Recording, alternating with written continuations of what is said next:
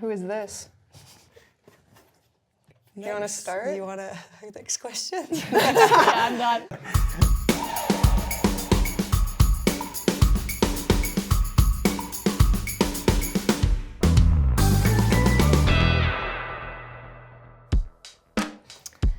What advice would you give today's younger players that will help them fast forward their skills? That's deep. I'm starting strong here. Starting deep. I mean, I think to me it would be obviously you gotta have fun. Like I think it's easy to get so focused on one dream, one goal, and just being so focused, but you gotta enjoy it. I think it's a whole process, and obviously sometimes we don't see the result right away, but enjoying the process, having fun, and working hard, I think to me those are the three very important things. Answer. Yeah, I'd agree. I mean, I think as far as fast forward, I think it's also important to kind of enjoy it throughout it all, like not kind of rush and like, or be disappointed if something's like not coming as fast as you want it to. So I would just say like enjoy it all and make those memories with your teammates, but obviously continue to work hard and have fun, so. Yeah, I mean, I feel like when you're having fun with it, you're not really, like it's not really a job or work, like it's just something you love to do. And so if you're having fun with playing the sport you love, then I think everything's just gonna come naturally, and you're gonna get better as time goes. Yeah. Next one, what training products, people helped you reach your next level? Like stick handling around like cones or pucks, or I don't know, I think anything you can just be creative with. I feel like I was just finding anything in my garage and being creative with it and kind of having fun with it. Yeah, I would say honestly just like a net and pucks. Like obviously my dad's like a pretty big hockey guy, so we'd always have a net in the backyard or in our sports court. So I just loved working on my shot, and yeah, I still do to this day. So Nice. Yeah, I think me too. Stick handling was the one thing. Obviously, I used to use all my shoes, my parents' shoes, my brother's shoes, just to stick around and play. But also other sports. I think since I was a kid, I think playing different sports, I think can translate in hockey, either soccer, tennis, or softball. High end it's very important. So different sports also is a good thing. who is this? Do you want to start? You want to next question? Yeah, I'm done. Okay, fine. I think just the excitement. I think it's, again, we talk about a lot of the process. I think those, like that first one, it was one in a long time that we haven't won. And I mean, again, it goes through hardship as a group, as a leadership group, as a core group, knowing how to get back on top. And I mean, it's pretty awesome when you're able to share that with your teammates and your group, so.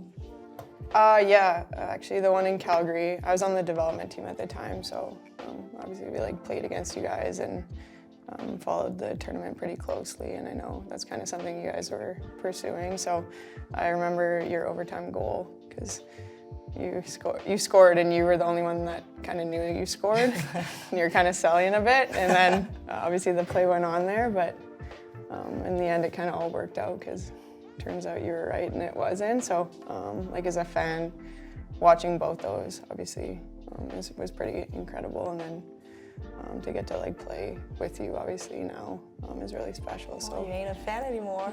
no, I'm still a Pretty fan. cool. No, I'm still a fan. Yeah, the overtime one, it went like post, right? And then like went down. I think it right over the goal line. Yeah. And you saw it, you knew. Yeah. But then when I went to the bench and they were like, "Pooh, did you see it?" And I was like, well, I thought so, but then like the play kept going. I was like, oh boy, if I'm wrong, it looks so bad. Like, No, you knew. What piece of equipment do you tinker with the least most? Explain. I'm French. Like, what is tinker? Like play around with. Okay, thank you. Like switch with, or like don't switch. I'm pretty picky with my stick. I like to have a fresh tape job after every period. So. Yeah, I would say probably my stick. I mean, I like to play around with like the curve and flex, and I tape my stick too, like every period. But yeah, I like playing with like all the different specs. But Same. I always like trying things out in the summer and like different heights and stuff of the sticks. So yeah, I think always just like trying out new things and seeing what feels the best. Oh, look at that.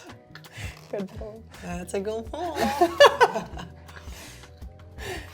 I mean, this is part of what makes this rivalry so special, to be honest. It's crazy what our league has become. How we used to never like literally cross path in the hotel or hallway and it would be like head down and just like, and I think knowing what we went through the last couple of years, being able to build this league all together, I think, obviously you do go for the same goal, you have the same dream.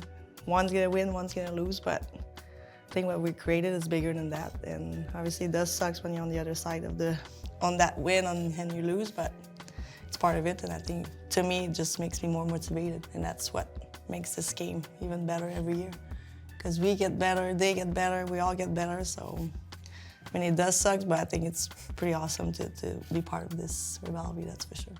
That was Brampton last year, and that one kind of stung, being my first world championship. But like you kind of mentioned, I think it's just so cool how far the women's game has come and evolved, and like the potential it still has. But like in those types of games, there's always going to be a winner and loser, and I've been on both sides of it, so I know both feelings there. But yeah, I just think it's like also so cool how they're in every single game, it could literally go either way, and I think that's part of the reason what makes it so exciting. So it was special, like being on both sides of it, like losing and then being on the other side. So I think both teams are so competitive, and World Championships are such a special opportunity to play in. And I thought that one was unbelievable with the fans in Canada. I mean, Canadian fans are so passionate about hockey.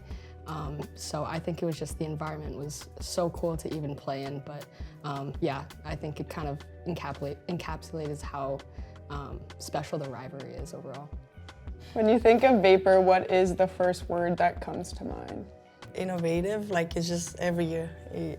Vapor wants to get better. They want to find new product. They want to make us better to be able to play in that brand. And to me, I've been with Vapor since day one, and I love it. I love it. I love what it does, what it looks like, and I enjoy it. I mean, I kind of think of like players like Pooh and Kaner. Like I'm always like growing up, I remember like you guys in Vapor. So just like a lot of forwards that are like fast and quick, but all great gear and sticks and skates and stuff. Yeah, similar. I'd probably say just elite. Like I think, like you mentioned, how the gear has progressed and just continued to get better. It's pretty cool. And then obviously the players involved, like you and Patrick Kane. So yeah, I would just say elite. Yeah, I think Kane really. No, But no, you and yeah, Kane. No, that's just. You and Kane.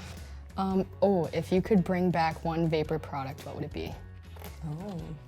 I think there's a stick called like the X60. Is that correct? Yeah, I used to use that. I don't know why. I feel like that'd be cool to have like well, I don't know what type of technology it is now, but like have like a graphic of that like on one of the newer sticks. I think would be cool. I have in my head like the Vapor 20 the skates. Like those were my first skates. But remember the old BAUER with the triangle blades? Like the little holes in there? I thought that was so cool. I don't know. Do you guys remember that or no? No? Was it? Do you guys have one? Yeah, look at these. Yes, how the blade. Heavy. It feels That's so heavy. That was great. You just have these. Oh, wow, that's different for sure. I love those. I remember my brother's teammate was selling his. They were size 8. I wear size 4.5. And I remember like putting them on and in practice. I was like, yep, they fit, they fit. I want them. And my parents after they were like, are they not too big? I was like, yes, but I really wanted them. Yeah, that's fun. Old gear is just nuts. Nice, look at that. Oh, nice. That is fun. Now we can talk about it. I think just going on 3-on-3 overtime, or I guess it was 4-on-3 there, I was pretty nervous, and I was just kind of trying to do my job and take the goalie's eyes away there, and kind of got a really lucky bounce right onto my stick. It actually hit me right in the thigh. Aaron Ambrose had a good shot there, and I was honestly more hoping to just screen the goalie rather than like for that to happen, but it actually ended up bouncing right to my stick. And then obviously I just tried to swat it in and ended up going in, and yeah, I know. I was pretty shocked and surprised, and by then, pretty much your whole team is celebrating in the corner with you. So yeah, it was just special to win my first World Championship. So close to Colgate too, where I played in college and have my family and friends there. And yeah, I think just like a special moment for myself and my team and family and friends. So. Most memorable goal scored with a vapor stick. Describe. I mean, probably the most recent one in Utica there in overtime. I was using a hyperlight too, so yeah, that was probably the most memorable one. You got too many? No. Like, which one out of the 20? Oh my God. I don't know. I think first at the Olympics in 2010, I think in Vancouver on home soil. First Olympics. I don't know. I just couldn't believe it how loud it was in that rink there, and I mean. I remember exactly where I was too. Like in those moments, like. How old were you? 18? Yep. All right. First word that comes to mind: Vancouver, Sochi. What's the next one? Pyeongchang, Beijing, Paris, Vancouver. Proud Canadian, like especially as like a fan. Yeah, just like all the different things that happened throughout the event, like with the Sidney Crosby golden goal, and then the women's team winning gold, and like Alex Bilodeau, I remember, and Tessa and Scott. Just like all those things, it just kind of made me proud and kind of gave me like a first taste of what I kind of dreamt of, hopefully accomplishing one day. So, I guess Olympics, like it's every city that it's been in, and I've watched every single like gold medal game in Vancouver and Sochi and Pyeongchang, Beijing, and I just like such monumental moments. Like I remember, was it in Sochi when the Americans like cleared it down and it hit the post? Like that's what I think of, and yeah, just really special moments in hockey, and like as a fan watching it and just kind of growing my love for the game, you know, through all the players that have come before me, and really brought me to have a dream of being there one day.